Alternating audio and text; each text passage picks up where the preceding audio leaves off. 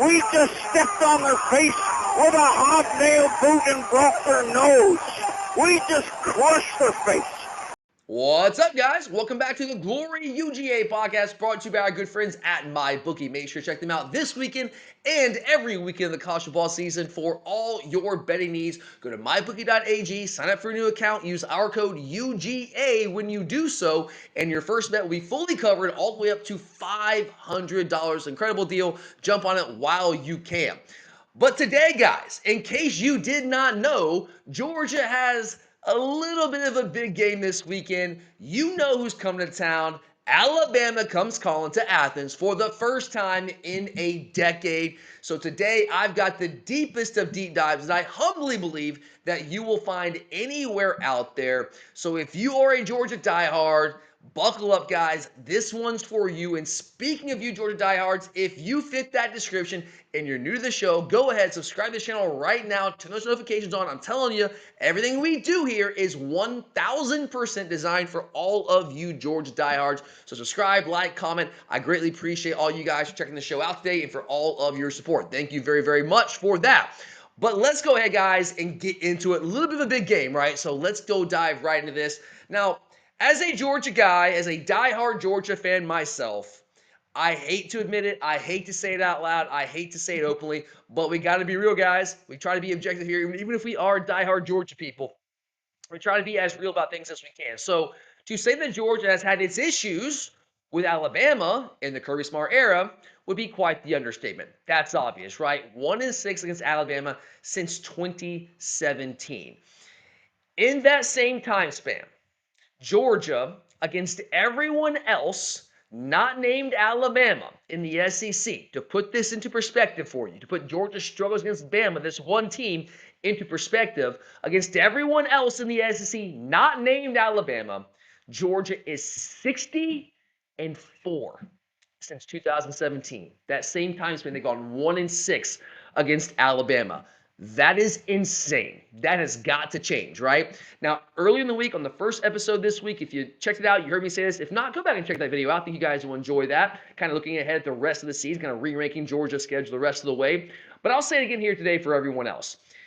When you look at our schedule and our rivals, the teams that play us on an annual basis, we are the boogeyman for everyone else in the SEC. Everyone else on our schedule. The numbers bear that out, guys. Look at the way that we have dominated our rivals and the teams that we play on a traditional basis. We just beat Tennessee a week and a half ago for the 9th consecutive time. Those of you who lived through the 90s, you know how good that feels. I know I'm dating myself a little bit there, but some of you out there, right, that can connect with that. The 90s were great. So 9 in a row against Tennessee, let's freaking go, baby. Let's go. 8 in a row against Auburn. 7 straight against Georgia Tech. Would be 8, but we didn't play them in 2020 because of the COVID year, so we had an all-SEC schedule. But we've owned the Jackets. Last year was a closer game. Yeah, we still won. That's what matters. We've won 4 straight against Florida, 7 of the last 8 against the Gators, with the one exception being, again, that 2020 year, which, you know, it is what it is. Weird year, but we did lose that game. Texas was the newcomer last year. They're supposed to come in and just dominate the SEC. In case you haven't heard, Texas has already taken over the SEC without ever having actually won the SEC.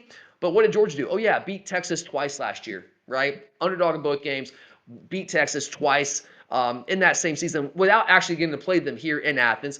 In the process of doing all this, Georgia has set an SEC record for consecutive conference wins and is still in the midst of setting an ongoing SEC record for consecutive home wins that, fingers crossed, will still continue this weekend or after this weekend against Alabama. So, yes, the numbers, guys, I'm not making this up. They are what they are. They are what they are. Georgia has owned everyone else not named Bama. We are the boogeyman for everyone that we play except for Bama. Bama's the exception. They're the clear exception here.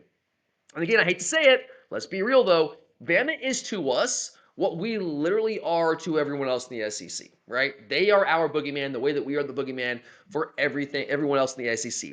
And the question becomes why. I know Bama fans want to say, well, Georgia's just scared of Bama. I don't think that's what it is. Maybe I'm wrong. I don't think that's what it is. Now, I will say that there's a mental component to this, a big mental component. I think that we build it up in our head too much. We lose the first couple games. It's like it's the head coach Saban versus the mentor protege thing, right? And Kirby loses the first couple games, and It's obviously a big national narrative that kind of takes a life of its own. It gets into your head, right? We live in this age of social media. Players are all online. They see all that, right? And you build it up. But for whatever reason, we approach that game differently. From a player standpoint to a coach standpoint, I think that from a coach standpoint, we have coached too passively. I think that we've played differently against them than we play against everyone else. I think that we make very uncharacteristic mistakes against Bama that we don't see against our other teams. I think we coach against them in ways that we don't. I think we coach far too passively, especially defensively. I don't think we've been aggressive enough, at least early in those last two matchups. And you can say, I know Bama fans will say, well, Georgia, like Bama forced Georgia some of those mistakes. Okay, some of them. But if you watch the game last year, guys, like Georgia self-destructed in the first half. Like, yes, Bama did some things that gave us issues, some misdirection, quarterback run game. Sure. I discipline issues. They created some of those, absolutely. But we did a lot of that to ourselves. Offensively, they didn't drop a ball right in Arian Smith's hands on the first play of scrimmage for us offensively. They didn't have one player, Arian Smith, again. Hate to have Arian catch strays here, but Arian running a route that's different from what everyone else is running. When we're trying to run a screen pass on an audible, and we throw it right where he's supposed to be, but he's not there. The ball gets picked. Like, that's Georgia self-destructing, right? And which Georgia just doesn't really do that by and large against other teams. But for whatever reason, we do approach it differently. And that's what makes these games, these Georgia-Alabama games, for me at least, very difficult to handicap, because each last two seasons, I told you leading into those games, I felt Georgia was the better team. I laid it out in great detail, like I'll do here today on this show, of why I thought Georgia was the better team. And I still think a year or 2 years later that Georgia was the better team in both those matches, but it doesn't matter. Ultimately, Bama won the games. That's what matters. They played better. On those days, they were the better team. They played cleaner, especially last year. They deserved to win. It is what it is. But you guys know the history. It's extraordinarily well documented. You don't need to go into more detail. Had to start there. But while the past does instruct the present to a degree, I am a believer that this is a new year, that this is a new game. And again, we do finally get the Tide at home for the first time in a decade. Hard to believe that's the case, but that is the situation we're looking at. So today on this show, guys, we're going to try to leave the past in the past as much as possible. Again, the past does inform the present to some degree, but we're going to try to leave the past in the past as much as we can and focus on this game. And I'm going to do this countdown style. Now, those of you who've been listening to this show, been with me for a long time on the audio side of things, so that's 11 years, this is not new to you. You know this. You know this show. By the way, guys, get over a cold, so excuse me, I'm going to get a little water. I want to make sure the voice can finish this episode for you guys.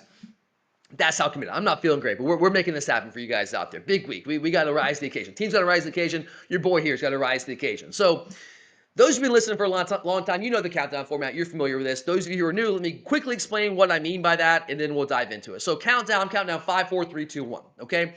I'll give you 5 players to know from this Alabama team as a Georgia fan. Who do you need to know to get prepared for this matchup on Saturday? Then I'll give you 4 stats that matter that will help decide this game, to give you some context about this matchup. Then I'll give you 3 reasons for optimism as a Georgia fan. 3 reasons to like Georgia's chances. 3 matchups I like, basically. Then I'll give you 2 reasons for concern. 2 reasons to be nervous about Georgia's chances to win this game, a.k.a.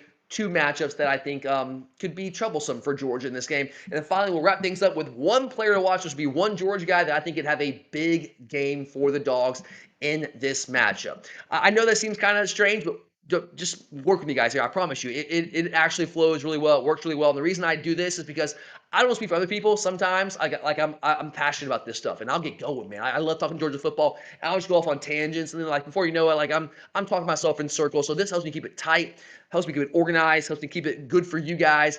And then I'll be back at the end of the week with my official keys to the game, which what I will allude to some here on the show, but we'll really crystallize those keys to the game for you and give you my final prediction for the game later on in the final episode this week. So with that, let's dive in, guys. 5 players to know here. We got to start with the quarterback position.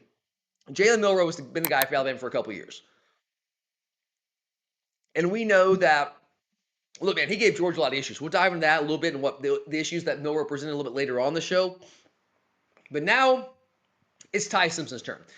Like a lot of players in the Alabama roster, former 5-star guy, big-time recruit, waited his turn, give him credit, could transfer it out, did not, respect that. And now he finally gets his chance to lead this Bama program. And I think right now, it's been a small sample size, right? 3 games in the year, not great competition. Florida State, good competition. Last 2 games, not so much. Louisiana Monroe, Wisconsin. I know Wisconsin is a Power 4 program, Big Ten program. Guys, look at Wisconsin's schedule. They might win 2 or 3 games this year, like legitimately. Did you see them last week against Maryland at home? That's a bad football team. So and with the backup quarterback when they played Alabama. So I don't know how much stock to put into that game, Big Ten team or not. So we're still learning about Ty Simpson. Objectively, I think even you Bama fans who might have found this episode would agree that he was not good against Florida State. That was a really bad look for him. Hey, man, at first, like real start in a real situation like that, obviously the weather was a factor there. He was running for his life most of the game, which certainly did not help. But so there's some context around some of the struggles he had, but he also made a lot of mistakes himself. Yes, there was some real pressure most of that game, but he also left the pocket way too early at times. Was hearing footsteps. There were situations where going back, I had the bye week to be able to really dive into the tape, the all 22, the TV copy. And guys, go back and watch it yourself. You don't need me to tell you this. There are plenty of situations where, yeah, he could have stepped up in the pocket, could have slid right, could have slid left, just a little pocket manipulation. That was all that was needed. Just didn't do it. Just was turning in circles and like just doing the oop-de-oop, man, just like running with it like a chicken with his head cut off. That's an inexperienced quarterback, right? Talented, yes. Good passer, yes. But inexperienced, and it showed in that game against Florida State. Beyond that, there were some throws that he missed. There were guys that were open sometimes. The weather, it was raining for a good portion of that game. That didn't help. There was one play in the second half, and trying to mount a comeback in particular, that kind of stands out in my mind, where he does escape the pocket. Did a good job because he's a good athlete. Escapes the pocket, sees, I think it was Ryan Williams, if I remember correctly. He's open, and he just short arms it, and he misses him. That would kept the drive going, and could have been a factor in helping Bama stay in the game, maybe give him a chance to win if you're only down a touchdown late in that game. So missed some throws. There are also some throws he didn't see in that game. Guys were open, just didn't make the throws, didn't see them there. So that was a struggle bust for him. That was a struggle bust game for him. But since that game, let's be real, he's been freaking awesome. He's been borderline flawless in the past game since the Florida State game. Now, both those games were at home. Yes, competition was certainly subpar. Yeah, it was. But guys, the numbers are crazy. 41 to 46, 608 yards combined last 2 games, 7 touchdowns, 0 picks. Still has not thrown a pick this year. So he's a smart quarterback. He does. He's been in the system for a while. Goes through progressions pretty well, better than Milroe did. He's much better in that regard. And there was a lot of talk in the offseason about, yeah, he's not the athlete that Milroe is, because Milroe was a freak athlete, obviously. But hey, he's a better fit for the Kalen DeBoer offense. Yeah, I see what people are saying about that in terms of being a better pure passer. That's true. Milroe was a great deep ball passer. That's a great arm. That was where he excelled.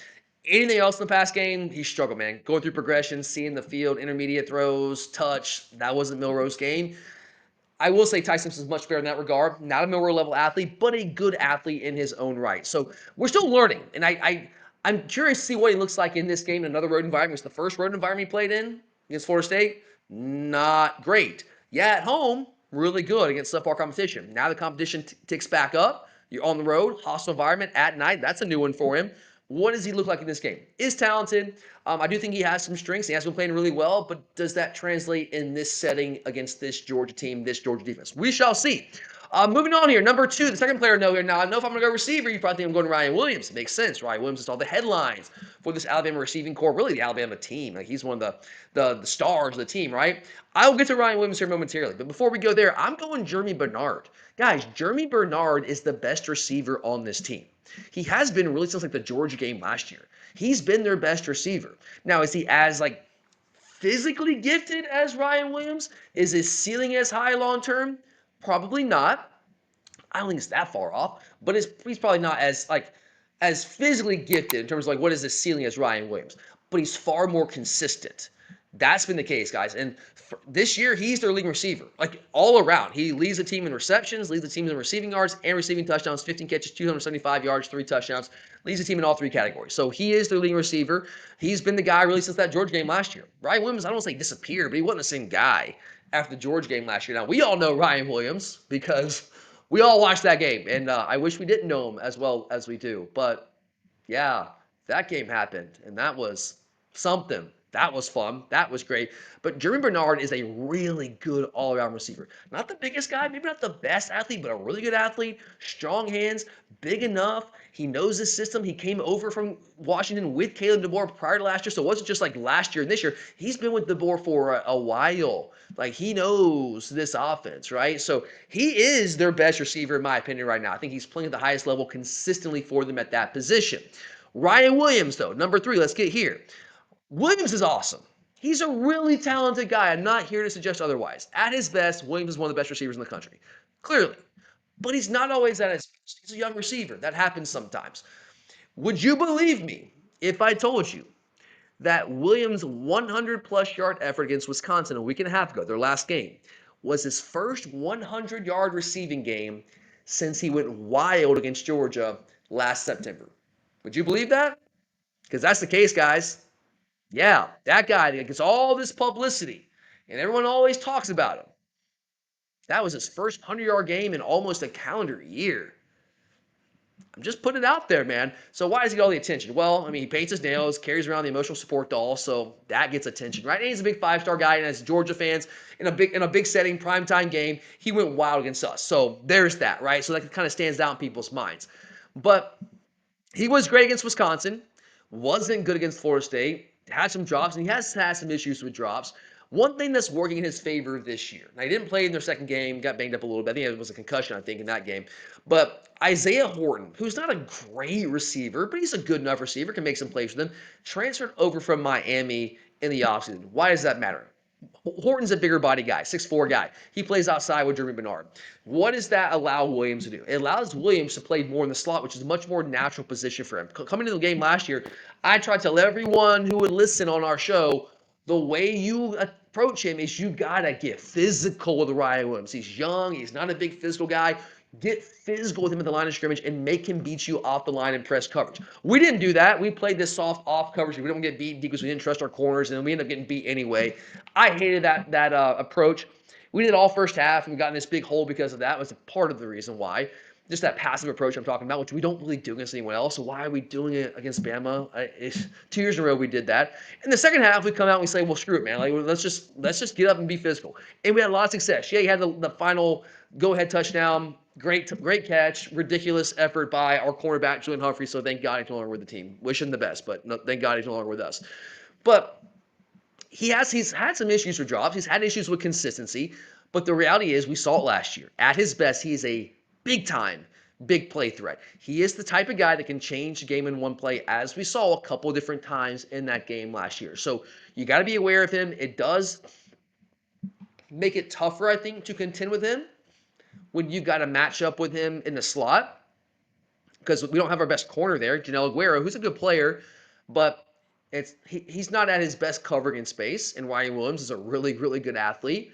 And you have a tougher time getting hands on him, being physical with him there, because he's not going to be playing he's going to be playing off the line of scrimmage right from the slot. So that is a concern there, and he's a really good player. But you have to ask yourself, like, what version of Ryan Williams do you get? At his best, he's awesome.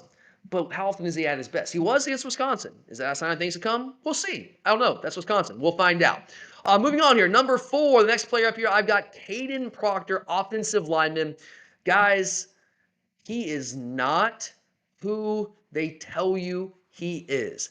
Every time that Alabama plays on TV and they talk about Caden Proctor, they cannot help but tell you he's a future top 10 NFL draft pick. They cannot help remind you that he's this big-time 5-star guy. Yes, he was that big-time dude coming out of Iowa. They thought he was going to go to Iowa. Then was going to transfer from Bama when DeBoer got there. Actually went to Iowa, then transferred back to Alabama. Guys, he's not what they make him out to be. He's just simply not. He is an absolute liability protecting the passer. Even Bama fans, if you found this episode, come on, man. If you're being honest with yourself, you know it yourself. You see it, guys. I spent the last 2 weeks diving into the tape. All 22, TV copy, it all tells the same story. The guy is a liability protecting the passer, and it's been that way since year 1, okay? Year 1, when I was breaking down this Bama team, going to the SEC championship game, I said the same thing. I was like, oh, he's a freshman. He'll get better. Last year, he took some strides, got better, but still going to that game, it's like, I just don't think he's that good, man. I don't see it. Okay, well, He got better as last year went on, right? Yeah, a little bit. This year, man, it's like he's taking a step back. Like Florida State, guys, he got worked by Florida State. Whoever they lined up on him just had a freaking field day rushing the passer against Caden Proctor on the left side of that offensive line. There's a lot of issues right now with him. He's a big guy. He is physical in the run game. He's a much better run blocker, can get movement than he is a pass protector, right? I don't know if he's really a left tackle. Maybe a right tackle, maybe. Long term, we'll see there. But he oversets way too much. He's got really lazy footwork. Now, when he does it right, can he be good? Yes. But he's far too inconsistent in doing it the right way. He doesn't bend well, doesn't have great flexibility. Really struggles in speed rushers. He's not that athletic himself, man. There's a lot of issues there from a technique standpoint, from just an athleticism standpoint. He is a liability as a pass protector. Just watch the tape, guys. Like I can show you, if I was doing a film study here, I can show you. I mean, I'm not even kidding. Double-digit reps against Florida State where he's just getting freaking whipped. And I can go back and show you last year, freshman, like you name it, guys. You can find clips all over the place with him trying to protect the passer. It ain't a good look. In the run game, he is better, but it can get ugly in pass pro. So keep that in mind. We'll come back to that a little bit later on. We'll talk about some of the matchups. Number 5 here, I got one defensive player for you, which should probably be a little bit of a sign for you in and of itself. I think Bama is talented defensively. I don't know if they have a lot of game changers defensively, which is not very Alabama-like. They don't like, who are the dudes, like the flat-out studs on that Alabama defense? Because they used to have 5, 6 guys every year. You're like, oh my God, dude, first rounder. I don't know where all those guys are right now. They're good. They're very talented. Certainly, it's Alabama relative to the rest of the competition. But I don't think they're what Alabama used to be. And like Georgia's not what Georgia used to be either, right? The depth, NIL, portals, taking some of the depth out of teams. So it's not just Bama, but looking at Bama's defense, I don't know if they are as duded up as maybe they once were, if that's even a thing. But Deontay Lawson's the guy to watch here, right? If I had to pick one guy. Multi-year started inside linebacker. I think he's the heart of the defense. Has dealt with some injuries like last year, came back this year. It's been around a long time, man. He's a veteran. He's a leader out there for them. I do think he's a future NFL guy, first rounder. Jahad Campbell was that kind of guy last year for sure. He was awesome. Lawson, like I go back and forth with him. Sometimes I think he's really good, and sometimes I'm like, what are we doing here, man? I don't know. Sometimes, so it's kind of hit or miss with him. But I do think if you look at his game in totality, he's a really good all-around linebacker who's a veteran, played a lot of football for them. He knows what to do, kind of gets some of the right looks defensively. He's a good guy you want out there in the heart of your defense. Can run around a little bit. He's a good athlete. Can rush a passer some. Good-ish between the tackles. Not elite. There was one play in particular against Florida State in the fourth quarter. I think it was the fourth quarter, or at least late in the second half, when they were trying to get a stop. I think it was a fourth down, if I remember correctly. And he's one-on-one with Roydell Williams, former teammate for Florida State, who was the Bama now at Florida State. One-on-one in the hole, 4th and 1, 4th and short. And he could have lit him up. If he drives him backwards, they stuff him. He is literally one-on-one in the hole. He kind of gets run over by Roydell Williams. And look, that happens sometimes, but I just like he's good between the tackles, not elite, not that kind of guy. So, but a good player, and they're lucky to have him back this year for another year. So those are the 5 names to watch here. Obviously, a lot more players, but those are 5 names for you as Georgia fans to get familiar with on this Alabama roster. Now let's move into 4 stats that matter here. And I'm going to run through these pretty quickly because we're going to set the context of the stage for the next section here, where I'm going to give you 3 reasons why Georgia can win this game, why you should be optimistic, and then 2 reasons why you might be a little concerned about this matchup. But the first stat here that matters. Let's look at the Alabama run game. Right now, guys, Alabama is averaging 79 yards rushing and 3.1 yards per carry against the 2 Power 4 teams they played. One being Florida State, and again, one being Wisconsin, who is not a good football team at all, right? So that's not the kind of numbers you want to be throwing out there when you go against Georgia, who, in my humble opinion, has a better run defense than both Florida State and Wisconsin. They have had a lot of struggles trying to run the football those first 2 Power 4 games. Sorry, again, trying to get over this cold. Thank you guys. Appreciate you. All right, so there's that. Now, to build off of that, not just their rush offense, their rush defense, which, guys, I'm still a believer. I've been around a long time. Your boys get up there in years, right? I'm still very much a believer. I know it's an old adage in the SEC circles. I'm still a believer that this is a line of scrimmage league. Now, yes, skill players have become more important over the years. Receivers matter, quarterbacks matter, of course. But at its core, I still believe you win and lose games in this league in the trenches, on the lines of scrimmage. Run deep, you gotta be able to run the football, you gotta be able to stop the run, right? I still believe that, right? Bama hasn't been good in either one of those areas this year. They, in fact, are bottom 5 in the SEC in both rush offense and rushing defense. And again, guys, consider the competition. Yes, they played one top 10 caliber team in Florida State. We'll see if Florida State's really a top 10 caliber team when the season's all said and done. But right now, they look the part. They look better, right? But you play with Louisiana Monroe. Well, you did run for 200 yards against. I'll give you that. And then Wisconsin. Two bad football teams.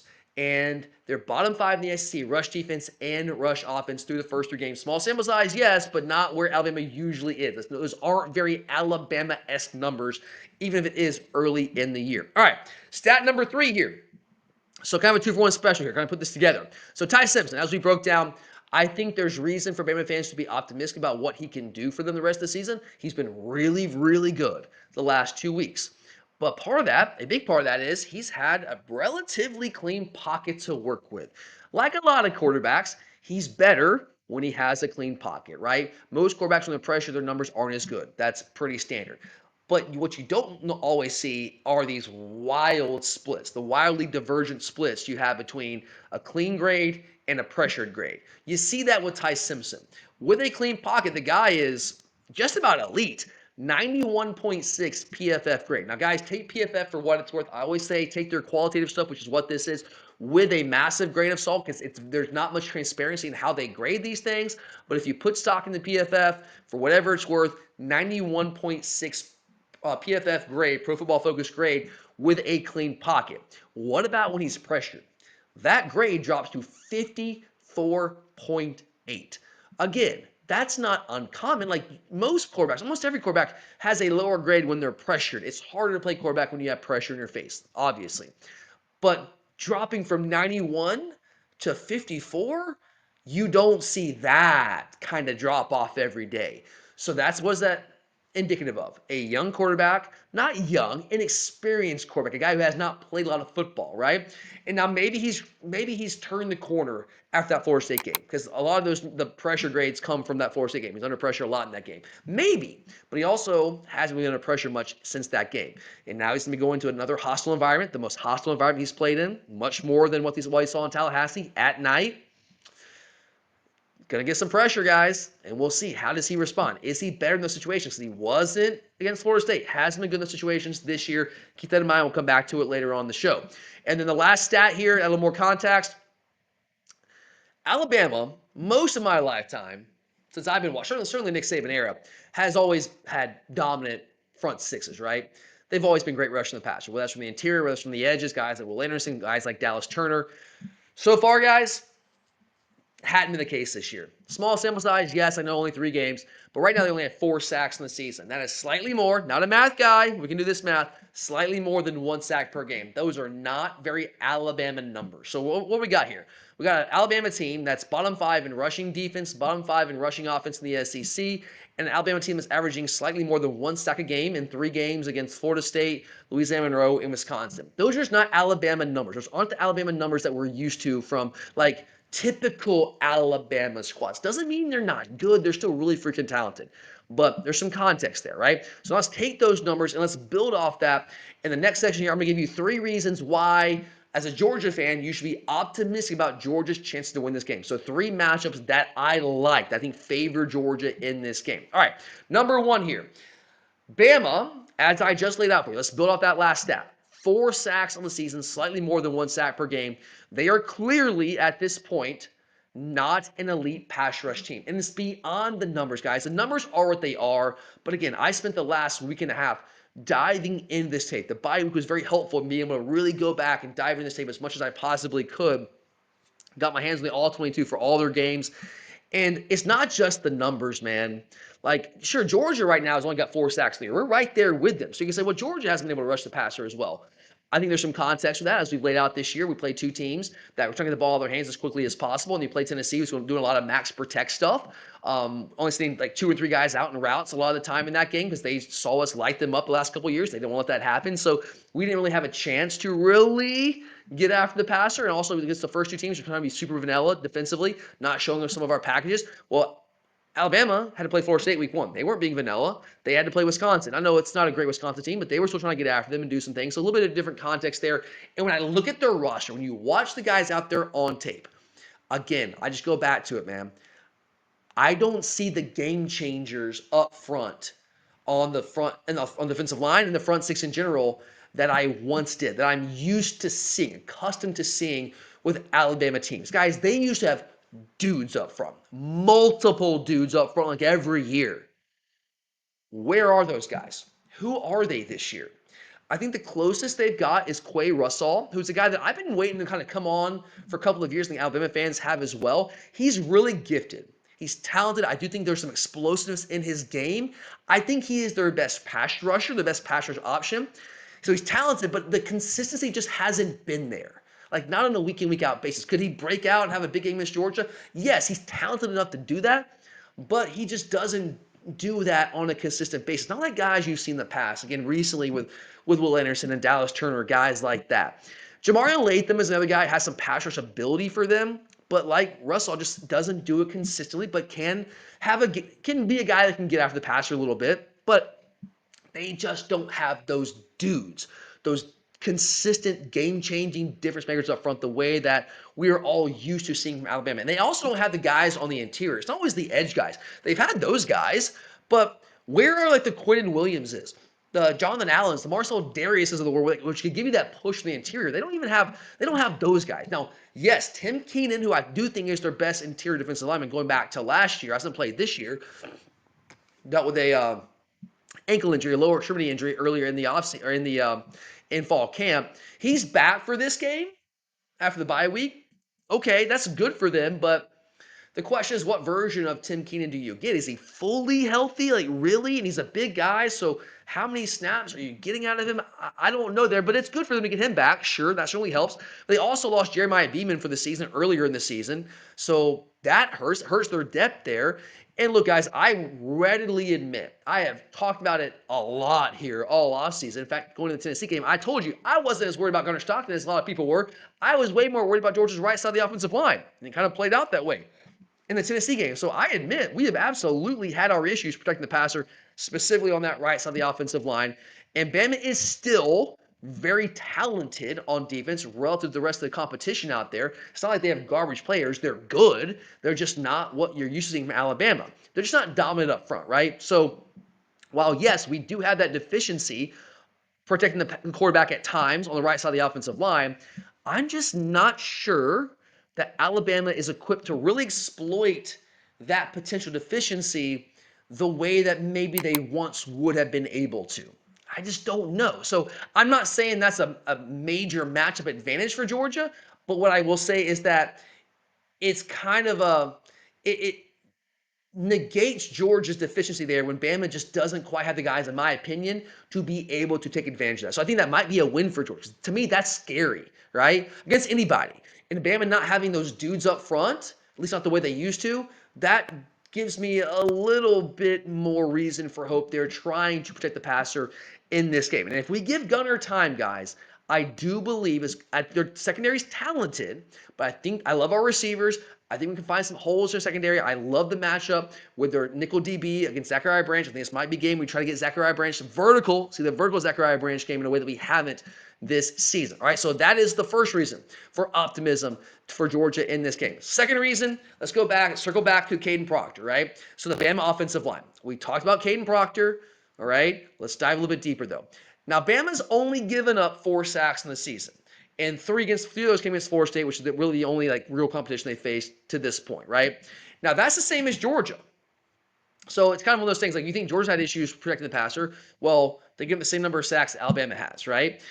So it's been just as much of an issue for them. But if you look deeper, guys, the sacks themselves, like Florida's not the worst in the world, but the sacks don't tell the whole story, especially if you watch the games, particularly the Florida State games. And guys, yes, I put an outsized importance on that Florida State game right now because that is the one real team they've played. Wisconsin's not a real team this year, guys. They're terrible. They are freaking terrible. Just, if you haven't watched them, take my word for it, right? So I do admittedly put a lot of importance on that Florida State game because that's like the closest we've got to what they're going to be facing in Athens this weekend. And in that game with Florida State, beyond the sacks, there were a lot of snaps where you got quarterback pressures, quarterback hurries that affected the quarterback, affected the play that weren't actually sacks. So yes, we talk about Caden Proctor. I don't think he's very good guys protecting the passer. I think he's a liability in my opinion. But it's not just him. I don't think Wilkin Formby on the other side is good either. He's filled in for Proctor some early last year, and Proctor got banged up at left tackle. Oh, dude was a liability himself. Now he's playing right tackle for them.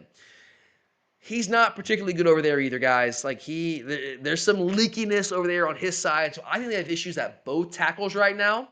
Georgia has an issue at right tackle if we can't get healthy. Left tackle, like Monroe is he's still a work in progress, but he's solid. He's good there. I think he's better than what Formby is for them. So they have two tackles that have problems. I think we got one that's a problem for us. Now in the interior, I think they're better. I think Parker Brailsford at center coming back again this year is a really good player. Roberts at right guard when he's healthy. He hasn't been fully healthy, but when he is, he's a good player there at guard. But again, they've got some problems on the edges. Now on the surface, when you look at the matchup, you might say, well, Tyler, like Georgia doesn't match up all that well because Georgia hasn't rushed the passer all that well this year. And I have been open. I told you guys last week during the bye week that one of the things I want us to focus on trying to address from the bye week is figuring out a way to get more pressure on the quarterback. And I do think there are some legit questions about Georgia's pass rush right now. But I don't really know if it's a full-on issue right now because if you look at the 3 games that we've played, we haven't really had the opportunity to get after the quarterback. And let me explain why, all right? This is not me looking through red and black glasses. Let me explain why. All right, number one, the first 2 games, playing 2 teams that were overmatched physically. They're trying to get the ball out of their hands very quickly. They weren't dropping back to throw the football, right? They're just quick game, run game. That's what they were trying to do because they knew they couldn't match up and protect the quarterback, right? They were doing that all game long. We were also being very vanilla. We weren't even really running many games up front. Like we weren't doing a lot of twisting, stunning. None of that, guys. Very, very vanilla, just like straight man-on-man pass rush stuff to get the third downs. We weren't even being exotic on third downs, which is when we usually get kind of exotic in our dime package. Tennessee, they've adjusted. I'll give them credit. It's one of the reasons they were able to put up a lot of points on us, far more, like twice as many as they ever have against Georgia in a single game in the Josh Heupel era, because they made some adjustments. One of those adjustments was they tried to protect the quarterback by going, like, I don't say it was max protect every time, but they were keeping tight ends and running backs in far more consistently than they have in the past. And there were plenty of situations where they were going max protect, sending 2 receivers out in a route, sometimes 3 receivers out in the routes, but they were trying to keep guys in to protect the passer, right? And we kind of figured that out. And so we're like, okay, we're not even going to try to rush the passer because they're keeping guys in. So we're just going to try to flood the zones out there and keep their 2 or 3 guys that are going out routes from doing much out there catching the football. We had a lot of success the second half, not so much in the first half. Second half, we kind of figured it out. We made some adjustments there. So because of that context, I'm not sure that Georgia's pass rush is a full-on issue. We lost a lot of pass rush production from last year, so I get the questions, and I think those questions are fair. But again, I just don't think that we really had the opportunity to unleash those guys. I think it's coming, though, and I think it's coming this week. We have been very vanilla with those defensive pressures. I think that's going to change this week, and I think it also helps us out here when you're in a home environment, a hostile home crowd, and I don't freaking care what everyone else thinks about Sanford Stadium. In a game like this, guys, it's going to be freaking rocking. If you've been in Athens in the Kirby Smart era, you know what I'm talking about. It's going to be bananas in that stadium. Your boy is not going to have a voice. I'm going to have a hard time doing a recap episode because I might not be able to speak after that game, right? I'm going to be like a 90-plus other thousand Georgia fans out there doing the same thing. That's going to make it really hard for Alabama's offensive line to communicate when we're doing some of the pre-snap movement, and it's going to make it tough for them to hear the snap count, right? So they're going to be probably doing a silent count. That gives us a little bit of an edge getting off the ball, right? So those are other advantages for us in this game trying to rush the passer, right? And if we can have success pressuring Ty Simpson, I laid out for you, circle back to the stat there, his PFF grades. Clearly, he's a very different quarterback when he gets pressured. He kind of panicked, guys, in that Florida State game. Hasn't done that really since then because he hasn't had to. They haven't put the pressure on him. But if we can get the pressure on him in this game, I think there's a strong chance in that environment that there could be some panic, and Ty Simpson could maybe force him into I know he hasn't thrown any picks this year, could force him in his first turnover, or at least kind of ruin some plays from this game that could help us win the game. All right, guys, I think that might be the key to the game. Can the Georgia pass rush get to Simpson? Can we unleash that pass rush? Do we have the ability to get to him? If the answer is yes, I really like Georgia's chances in this game. If the answer is no, we're going to have a hard time winning the game. That's the truth, man. That's the hard truth there. But again, I do like the matchup here. I think they have problems at tackle. being at home, communication issues for them up front, not being able to hear the snap count. I think we had the guys that can get after the passer, which we'll come back to in a minute here. So I actually like that matchup there. All right, third reason why Georgia fans should be optimistic about the Dogs' chances in this game. The Bama run game, again, as I said earlier with the stats, has not been there against Power 4 competition. They're averaging under 80 yards per game and just a hair over 3 yards per rush. That ain't going to get it done, guys. They have simply not run the ball well, period. Yeah, 200 yards against Louisiana Monroe. Okay. What does that mean? I don't know. Like, should we care about that? I really don't, right? Now they do get Jan Miller back this week, who is their best running back. He hurt his collarbone preseason. There's a chance he was going to miss this game, but according to Kalen DeBoer earlier this week, he should be ready to go for this game. But kind of like with Tim Keene on the defensive side of the football, what does that mean? That he's going to give it a go? He's going to play? Is he 100%? Can he take hits the way that he's used to?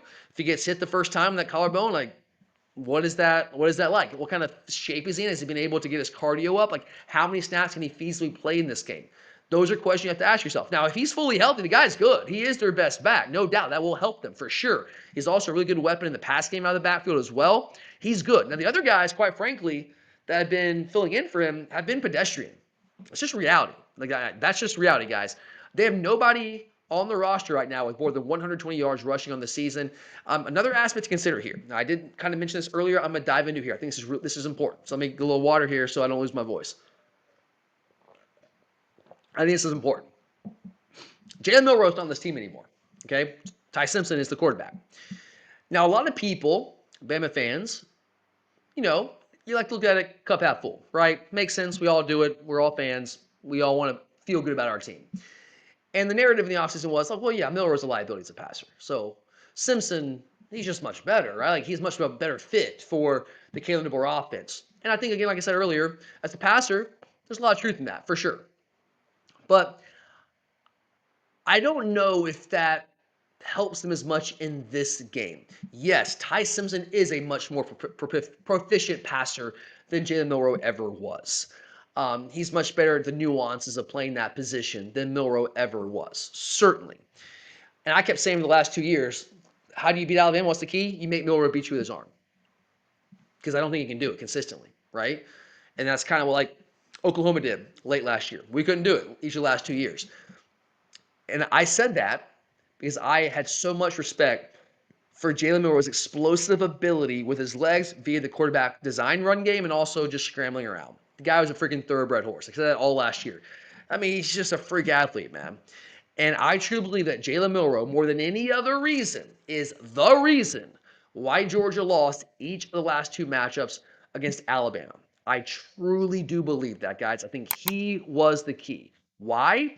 Because his dynamic running ability altered how Georgia called the game defensively. So going back to why Georgia played so much more passively against Alabama each of the last 2 games, especially in the first half, than we have against like anyone else, this softer stuff. And we didn't rush the passer as aggressively as we have, and we didn't run as many twists and stunts and games up front because we were scared to death of Jalen Milroe breaking loose and creating explosive play with his legs. We were scared to death of it, guys. If you rush too far upfield, he gets under the pass rush, he's gone. And I was concerned about that too, certainly.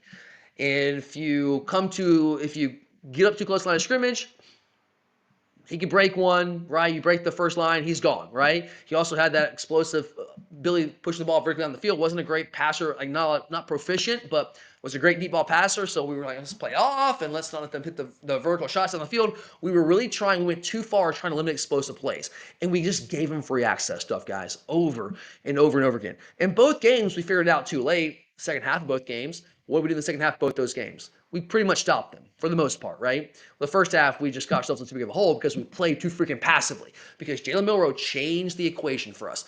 There are a number of reasons why we got out that big hole last year. Part of that was Georgia's self-destruction. Certainly offensively, stupid things we did, just uncharacteristic mistakes. But on defense, it was eye discipline violations all first half. Jalen Milroe was the reason for that, guys. His ability to pull the football, the misdirection, had us looking all over the place. Ty Simpson's a good athlete. He is, okay? He's a really good athlete. He's not a Jalen Milroe level athlete. They can do some design QB run stuff with Simpson, and they do, but not like Jalen Milroe. He doesn't pose that type of threat. He can run, just not like that. He doesn't change the dynamic of a game and the dynamic of how you call a game, the game plan itself, with his legs. And I think that helps Georgia on a number of fronts here. Number one, I think it helps Georgia with the pass rush.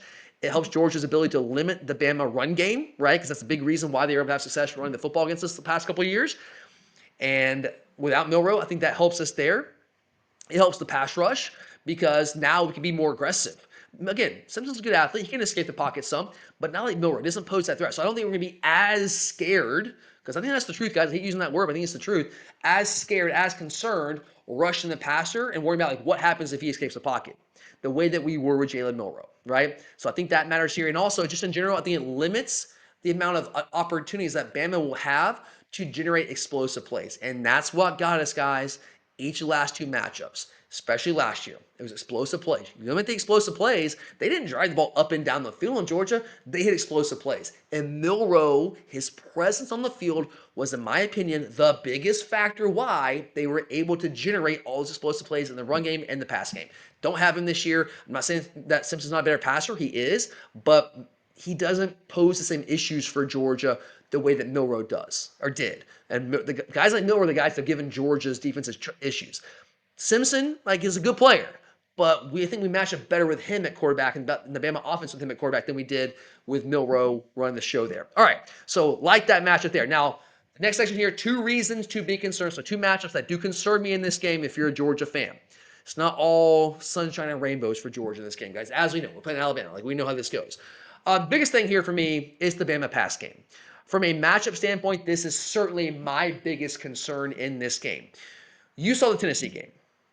Guys, we have all these talented cornerbacks, man. We recruit 5-star after 5-star after 5-star, big-time guy after big-time guy. They look the part, man. They run well. They're tall. They're long. They're athletic. They should be really good. And they're routinely in position. But we just have so many issues continually playing the ball in the air when we're there. Dalen Everett's different. Dalen Everett is awesome. I don't have an issue. Dalen's awesome. He really came on late last year. Now he's healthy. We're good there. But the other side of the football, whether it's Daniel Harris, whether it's Ellis Robinson IV, they're both talented, man. And by and large, I know Ellis got beat in that one ball in the first half. Like, he just got beat, caught and panicked, right? But by and large, like, when they're not making plays in the ball, even going back to last year, Julian Humphrey, they're in position. He's just like finding the ball and making a play on the ball, having some awareness. And it's just like, how many years in a row can this be a problem, man? It scares me. And we saw it last year, guys. Again, the explosive plays are what got us last year in this game. There's a lot of things that we did to ourselves, sure, but the explosive plays, man, if we could have just limited one of them, we win the football game. So that's a concern for me, right? And especially with how Bama's offense, the passing game has looked the last 2 weeks. Some of the weapons they have at receiver are Bernard and Ryan Williams. I think both those guys are really good. I can guarantee you they are going to come out and take some shots down the field early. That is a guarantee, guys. I would be beyond flabbergasted if they did not do that. I think there would be a miscarriage of justice. I think it would be coaching malpractice if they did anything other than that early in the game. Now, personally, my biggest concern here is, again, Ryan Williams, as I said earlier, with Janelle Aguero in the slot and against our safeties. I like Janelle a lot. I think he's a prototype for us in the slot at that star DB. But like covering guys like Ryan Williams, as good as he is, as dynamic as he is not what Janelle does best. He's gotten better there. That is a concern for me. Our safeties, I mean, KJ, I like that matchup. But Kyron Jones, I mean, Ja'Cory Thomas, like, we'll see, man. That is certainly a concern for me. Now, I will say this. We have to see them do it against real competition on the road this year. We haven't seen that. We've seen them do it at home against subpar competition. They've been great throwing the football last 2 games. But Florida State, they hit some big plays, but it wasn't a consistent thing for them, right?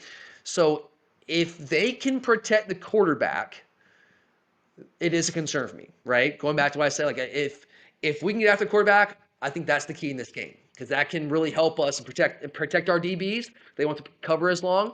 But if we can't, that's a problem. Because if they can protect the quarterback and we cannot get after him, there is a chance that they can just go wild with explosive plays down the field like they did last year. That's not impossible, guys. Like, that is within the realm of possibility, because we saw it last year. We saw it some against Tennessee 2 weeks ago. So, yeah, I think it'd be foolish to not be concerned about that. That's certainly my biggest concern from a matchup standpoint here.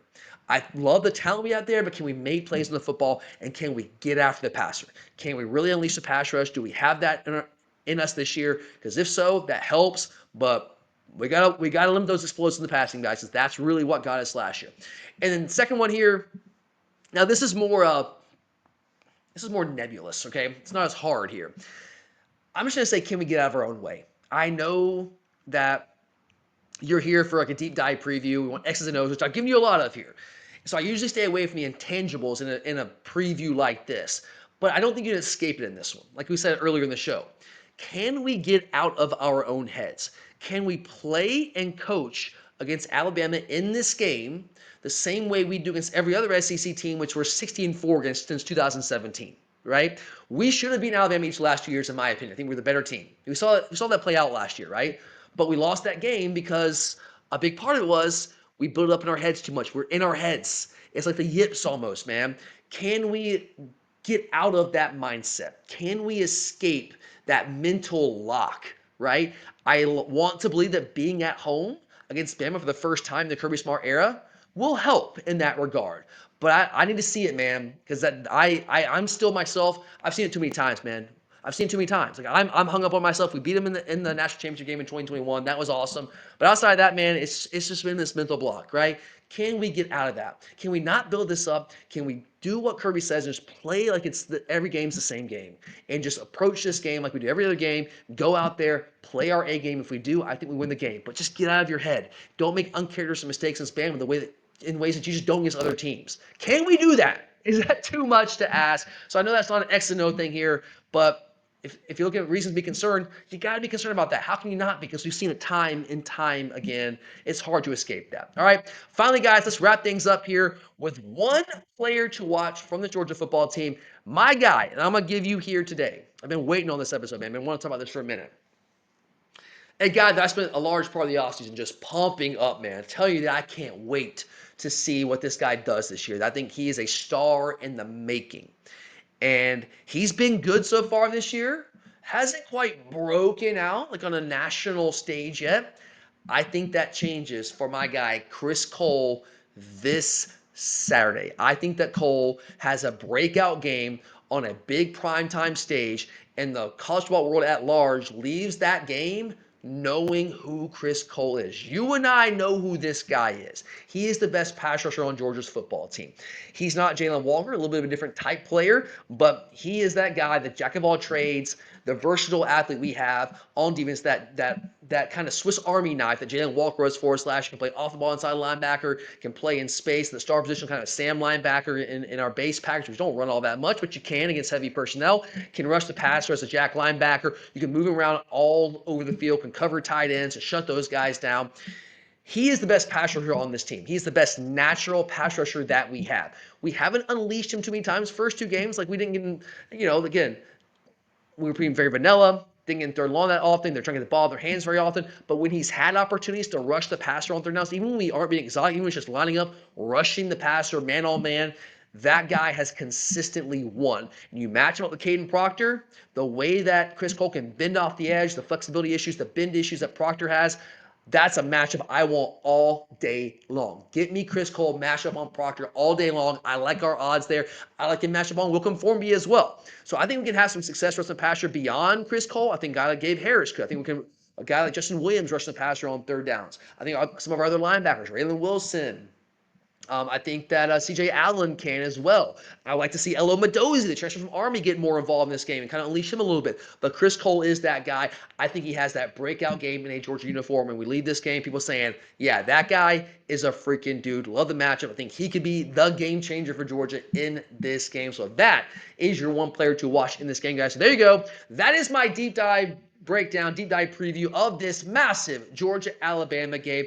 I'll be back one more time this week, guys, with a short episode for you guys to give you my final keys to the game and that one final prediction, give you guys exactly what I think is going to happen in this matchup. You might be seeing where I'm leaning here, right? But I'll give you guys my final synopsis there later on this week, so make sure to come back and check for that. So thank you guys for checking this episode out. I appreciate you guys. If you're a diehard Georgia fan, make sure to subscribe right now. Hit those notifications, like, comment, tell me what you guys think. Am I off base here? Am I too optimistic? Am I not not optimistic enough? Do you like the matchups here? What concerns you? What makes you feel good about this game? Where is your head at? Let me know, guys. Thank you for being here. I'm Tyler, and as always, go Dogs! Man, is there going to be some property destroyed tonight. 26-21. Dogs on top.